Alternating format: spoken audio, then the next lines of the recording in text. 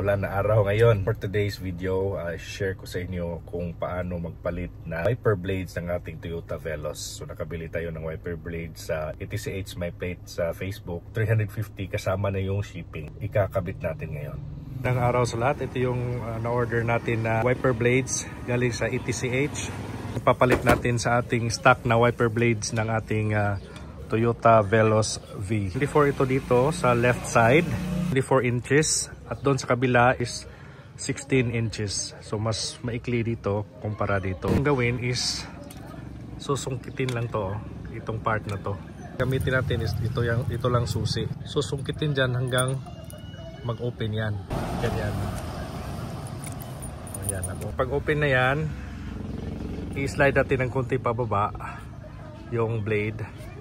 Yan. Tapos nag-slide is ganyan na. Tapos yan, natatanggal na. Ganun din doon sa kabila kung paano tatanggalin. Wiper blades na stock ng Toyota Veloz. So magti 3 years na to ngayon, November. Kung hindi na malinaw yung wiper mo, so ibig sabihin yan is papalitan mo na bago na wiper blades. So, yan.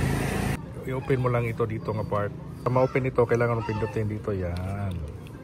Para umangat to. Yan, kapag umangat na, ma-open na itong dito na part. Tsura oh. Tapos pag ganyan na, ilalagay mo lang dyan, suot dyan, tapos ganyan, yan na, o yan. Tapos ng ganyan, ilalak mo na dito, yan. Ganyan na yung forma.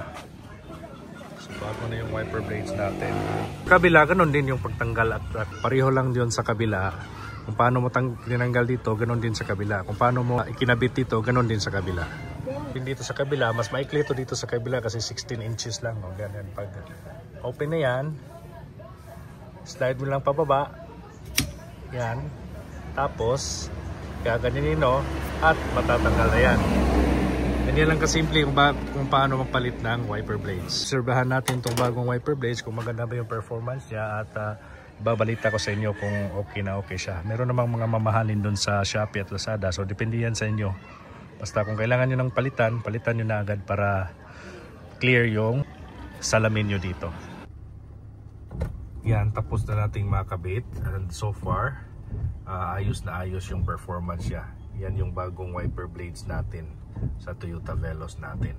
Maganda yung performance niya at hindi sayang yung binayad natin sa ETCH My Plate. So hanggang dito na lang, sinare ko lang sa inyo at sana may konti kayong natutunan sa video natin kung paano ikakabit itong wiper blades.